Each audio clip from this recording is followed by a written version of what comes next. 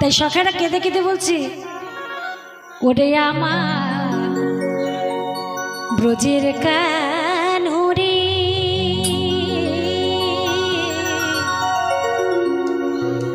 কোন দুঃখে তুই, কোন দুঃখে তুই, কোন দুঃখে তুই রাজা হলি ওই দ্বারকাপুরে। কানাই ওরে ব্রজের কানরে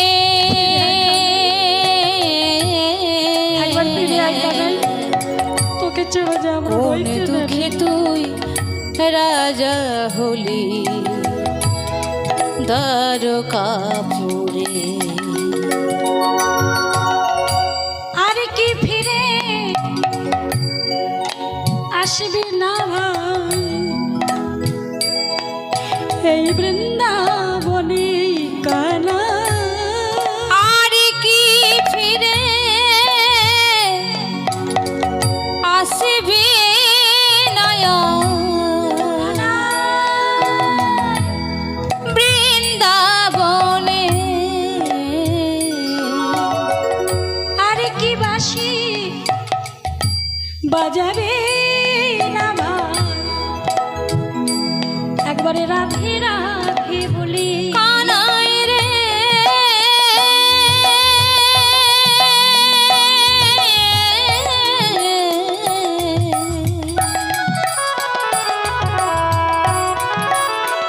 কানাই রে ওরে কানাই রে। আর কি বাঁশি বাজাবি না রাধে রাধে বলে।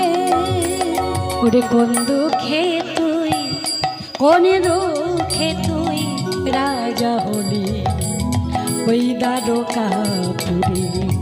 ওরে ব্রজের কানরে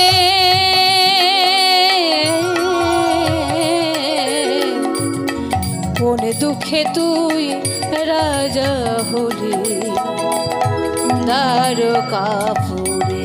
নারদমণি দেখছে বৃন্দাবনের দশা দেখছে, হঠাৎ দেখছে মা যশোমতী। মা যশোমতী একটা নবনীর ভাণ্ড মানে নবনীর বাটি হাতে নিয়ে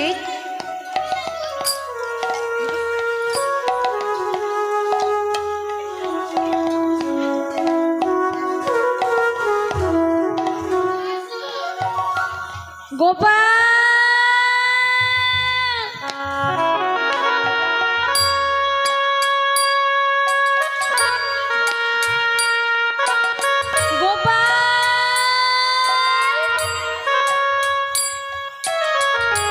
মা যশোমতীর নবনীর বাটি হাতে নিয়ে গোপাল গোপাল বলে ব্রজবাসীদের ঘরে ঘরে ঘুরে বেড়াচ্ছে আর খুঁজে বেড়াচ্ছে।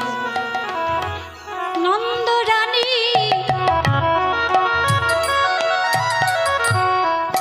লয়ে নামনি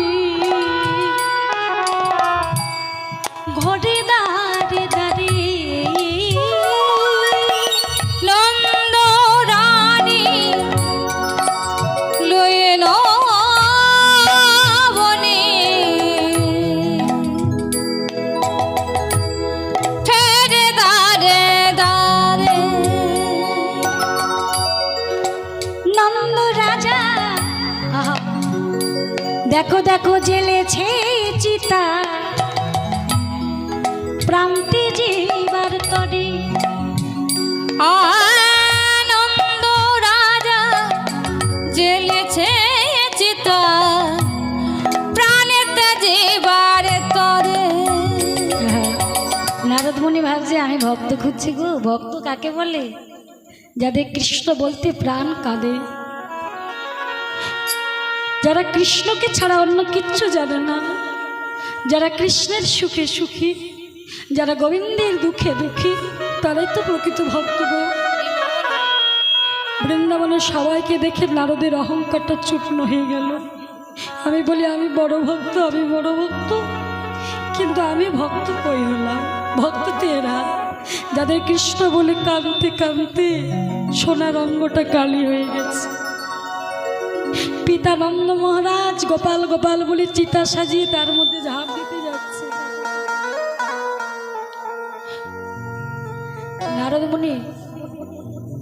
নারদমুনি এই দৃশ্য দর্শন করে চিন্তা করলেন, গোবিন্দ, যারা তোমাকে এত ভালোবাসে তুমি তাদের বুঝি এমন করে কাঁদাও?